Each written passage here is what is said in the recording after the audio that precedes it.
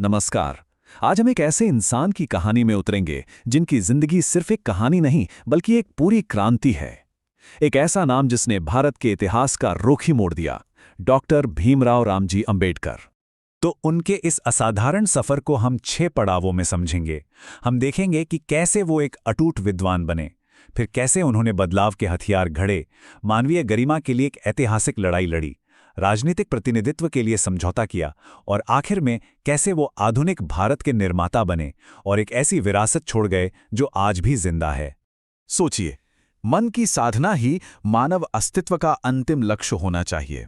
ये सिर्फ शब्द नहीं है, ये वो धुरी है जिस पर डॉक्टर अंबेडकर की पूरी जिंदगी घूमती है। उनका ये अटूट विश्वास था कि असल में शिक्षा, दिमाग की ये साधना ही इंसान को इंसान बनाती है। तो चलिए कहानी की शुरुआत करते हैं पहले हिस्से से, एक अटूट विद्वान। देखिए, उनकी महानता को समझने के लिए हमें पहले उस दुनिया को समझना होगा जिसमें 14 अप्रैल 1891 को उन्होंने आंखें खोली थी। वो दुनिया मानो एक भट्टी थी जो उन्हें तोड़ने के लिए, पिघलाने के लिए ही बनी थी। जरा इस फर्क को देखिए। एक तरफ वो दुनिया है जहां एक बच्चा महार जाति में पैदा होता है, जिसे अछूत कहा जाता है, जिसे स्कूल में अलग बोरी पर बैठना पड़ता है, जिसे सार्वजनिक नल से पानी पीने तक की इजाजत नहीं। और फिर देखिए दूसरी तरफ, वही बच्चा बड़ा होकर बनता है भारत का पहला कानून मंत्री, संविधान का निर्माता और विदेश में अर्थशास्त्र में पीएचडी करने वाला पहला भारतीय। ये सिर्फ एक सफर नहीं था, ये उस पूरी व्यवस्था के खिलाफ एक जीती जागती क्रांति थी। और एक दिलचस्प बात, उनका असल सरनेम तो अंबाबड़ेकर था, जो उनके गांव के नाम पर था, लेकिन स्कूल में उनके एक ब्राह्मण टीचर थे, महादेव आंबेडकर। वो इस बच्चे की प्रतिभा से इतने ज्यादा प्रभावित हुए कि उन्होंने अपने स्नेह में स्कूल के रिकॉर्ड में बच्चे का सरनेम बदलकर अपना सरनेम आंबेडकर कर दिया। सोचिए, उस दौर की उस कठोर व्यवस्था के बीच इंसानियत का वो एक छोटा सा लम्हा जिसने इतिहास को वो नाम दिया जिसे आज हम सब जानते हैं। और इसी नाम और अपनी असाधारण प्रतिभा के साथ वो आगे बढ़े। अब आता है हमारा दूसरा अध्याय, बदलाव के हथियार गढ़ना, क्योंकि वो जानते थे कि इस जंग को लड़ने के लिए ताकत नहीं, दिमाग के हथियार चाहिए। उनकी ज्ञान की प्यास सच में असीमित थी। जरा रफ्तार देखिए, बस एक दशक के अंदर बॉम्बे यूनिवर्सिटी, फिर अमेरिका की कोलंबिया यूनिवर्सिटी और उसके बाद लंदन स्कूल ऑफ इकोनॉमिक्स। वो सिर्फ डिग्रियां नहीं बटोर रहे थे, वो दुनिया के बेहतरीन संस्थानों से वो हर हथियार जमा कर रहे थे जिसकी उन्हें जरूरत पड़ने वाली थी।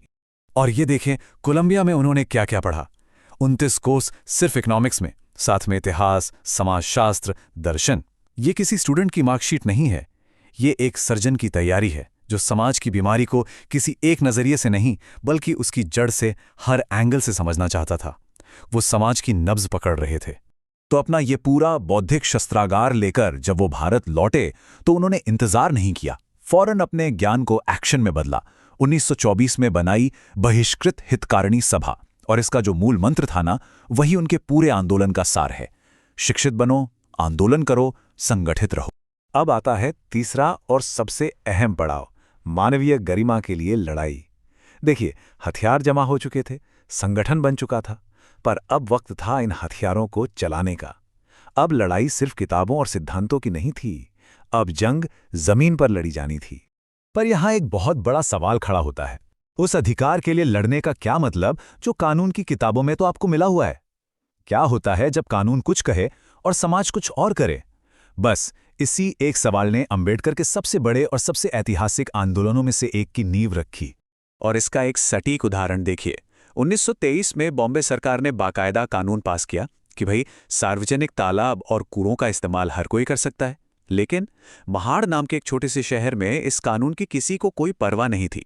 दलितों के लिए ये कानून बस कागज का एक बेमतलब टुकड़ा था। हकीकत ये थी कि उन्हें पानी को हाथ लगाने तक की इजाजत नहीं थी।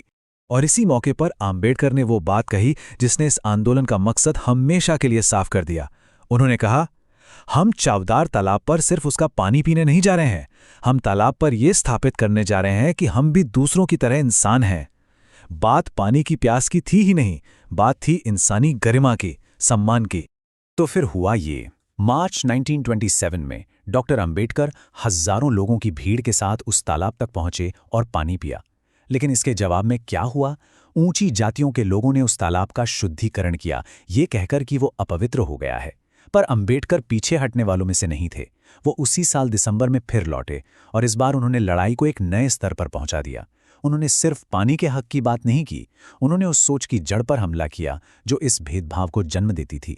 उन्होंने सबके सामने मनुस्मृति को जला दिया। और ये लड़ाई रुकी नहीं। पानी के बाद अगला मोर्चा था मंदिर, नासिक का कालाराम मंदिर, जहां दलितों का प्रवेश मना था। यहां उन्होंने एक ऐसा आंदोलन चलाया जो 1-2 दिन नहीं, पूरे 5 साल तक चला। सोचिए, 5 साल हजारों लोग सिर्फ एक हक के लिए संघर्ष करते रहे। ये सिर्फ पूजा की बात नहीं थी, ये समाज में बराबरी का दर्जा हासिल करने की एक अथक लड़ाई थी। अब आता है चौथा अध्याय, प्रतिनिधित्व के लिए एक समझौता। इन सामाजिक लड़ाइयों से आंबेडकर एक बात बहुत अच्छी तरह समझ चुके थे कि जब तक राजनीतिक ताकत हाथ में नहीं होगी तब तक जमीनी बदलाव लाना नामुमकिन है। तो अब जंग सड़कों से निकलकर संसद के गलियारों तक पहुंचने वाली थी। साल था 1932 और ब्रिटिश सरकार एक प्रस्ताव लेकर आई जिसे कहते हैं कम्युनल अवार्ड या सांप्रदायिक पंचाट। अब यह था क्या? आसान भाषा में कहें तो इसके तहत दलितों को सेपरेट इलेक्टोरेट यानी अपना नेता खुद चुनने का हक मिल रहा था। मतलब दलित वोटर्स सिर्फ दलित उम्मीदवार को ही वोट देंगे। आंबेडकर के लिए एक बहुत बड़ा कदम था, क्योंकि इससे ये सुनिश्चित होता कि जो नेता चुना जाए वो सच में दलितों की आवाज हो, ना कि किसी और के रहमो करम पर। लेकिन कहानी में एक बहुत बड़ा मोड़ आया। महात्मा गांधी इस प्रस्ताव के सख्त खिलाफ थे। उन्हें लगा कि इससे हिंदू समाज हमेशा के लिए 2 हिस्सों में बंट जाएगा, और इसके विरोध में उन्होंने आमरण अनशन यानी फास्ट अनटू डेथ शुरू कर दिया। अब सोचिए डॉक्टर आंबेडकर पर कैसा दबाव होगा। एक तरफ उनके समाज का वो राजनीतिक अधिकार था जिसके लिए वो सालों से लड़ रहे थे, और दूसरी तरफ महात्मा गांधी की जिंदगी दांव पर लगी थी। आखिरकार गांधी जी की जान बचाने के लिए डॉक्टर अंबेडकर को झुकना पड़ा और एक समझौता हुआ जिसे हम इतिहास में पूना पैक्ट के नाम से जानते हैं। अब इस समझौते में क्या हुआ? उन्होंने सेपरेट इलेक्टोरेट की अपनी मांग छोड़ दी, लेकिन बदले में उन्होंने दलितों के लिए आरक्षित सीटों की संख्या 71 से बढ़वाकर सीधी 148 करवा दी, मतलब दोगुनी से भी ज्यादा। ये एक बहुत ही मुश्किल और विवादित फैसला था, पर इस एक समझौते से उन्होंने अपने समाज के लिए राजनीतिक प्रतिनिधित्व की जगह पक्की कर ली। और अब कहानी का 5वां अध्याय, आधुनिक भारत के निर्माता। और यहाँ इतिहास ने एक ऐसी करवट ली जिसकी किसी ने कल्पना भी नहीं की होगी। 1947 में देश आज़ाद हुआ और जिन कांग्रेस नेताओं के साथ डॉक्टर अंबेडकर के सबसे ज्यादा मतभेद थे, उन्हीं लोगों ने उन्हें आज़ाद भारत का सबसे बड़ा, सबसे पवित्र काम सौंपा, भारत का संविधान लिखना। संविधान की ड्राफ्टिंग कमेटी के चेयरमैन के तौर पर डॉक्टर आंबेडकर बने भारतीय संविधान के मुख्य वास्तुकार। सोचिए, ये उनकी सालों की लड़ाई और तपस्या का नतीजा था। वो इंसान जिसे कभी क्लास के अंदर बैठने का अधिकार नहीं था, आज वो पूरे देश के कानून की किताब लिख रहा था, देश का भविष्य लिख रहा था। विद्वान, कार्यकर्ता और अब राष्ट्र निर्माता। और इस संविधान में उन्होंने अपने जीवन भर के संघर्ष की आत्मा डाल दी। छुआछूत को हमेशा के लिए खत्म कर दिया गया, हर नागरिक को मौलिक अधिकार दिए गए, समाज के पिछड़े तबकों के लिए आरक्षण की व्यवस्था की गई, हर तरह के भेदभाव को गैर कानूनी बना दिया गया। ये सिर्फ कानून नहीं थे, ये एक ऐसे भारत का सपना था जिसकी नींव बराबरी पर रखी गई हो। उनकी लड़ाई सिर्फ दलितों के लिए नहीं थी, वो महिलाओं के अधिकारों के भी उतनी ही बड़े पैरोकार थे। उन्होंने हिंदू कोड बिल को पास कराने के लिए अपनी पूरी ताकत झोंक दी। एक ऐसा बिल जो हिंदू महिलाओं को संपत्ति में हक, तलाक का अधिकार और एक से ज्यादा शादी की प्रथा से आज़ादी दिलाता। और जब ये बिल संसद में पास नहीं हो पाया तो उन्होंने अपने सिद्धांतों से कोई समझौता नहीं किया। उन्होंने भारत के पहले कानून मंत्री के पद से इस्तीफा दे दिया। और उनकी विरासत सिर्फ सामाजिक न्याय तक ही नहीं है। एक बात जो शायद बहुत से लोग नहीं जानते, आज भारत में जो काम के 8 घंटे का नियम है, वो भी डॉक्टर अंबेडकर की ही देन है। जी हाँ, जब वो वाइसरॉय की काउंसिल में लेबर मेंबर थे, तब उन्होंने ही काम के घंटे 14 से घटाकर 8 करवाए थे। और इसी के साथ हम पहुंचते हैं अपने आखिरी अध्याय पर, उनकी स्थायी विरासत। क्योंकि डॉक्टर अंबेडकर का काम उनके जाने के साथ खत्म नहीं हुआ। सच तो यह है कि उनका प्रभाव आज भी हर दिन भारत को बना रहा है, उसे एक दिशा दे रहा है।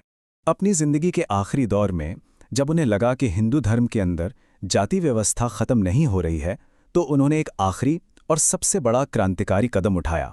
साल 1956 में उन्होंने अपने लाखों अनुयायियों के साथ बौद्ध धर्म अपना लिया। ये महज एक धर्म परिवर्तन नहीं था, ये उस सामाजिक पिरामिड को पूरी तरह से त्याग देने का ऐलान था जिससे वो अपनी पूरी जिंदगी लड़ते रहे। उनकी बराबरी की सोच कितनी गहरी थी, ये इस एक बात से पता चलता है। वो कहते थे, मैं किसी समाज की तरक्की का पैमाना इस बात से मापता हूं कि उस समाज की महिलाओं ने कितनी तरक्की की है। मतलब उनके लिए बराबरी सिर्फ जातियों तक सीमित नहीं थी। वो जानते थे कि असली आज़ादी तभी है जब समाज का हर इंसान, हर औरत आज़ाद हो। और उनकी छाप आज भी हर जगह है। सोचिए, उनकी आत्मकथा आज अमेरिका की कोलंबिया यूनिवर्सिटी में पढ़ाई जाती है। उनकी लिखी किताब ने भारत के रिजर्व बैंक की नींव रखी। उनके विचारों ने ही आगे चलकर झारखंड और छत्तीसगढ़ जैसे राज्यों के बनने का रास्ता साफ किया।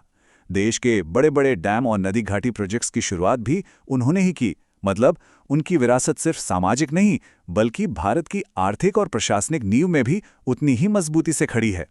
और आखिर में ये सब हमें आज के सबसे बड़े सवाल पर लाके खड़ा कर देता है।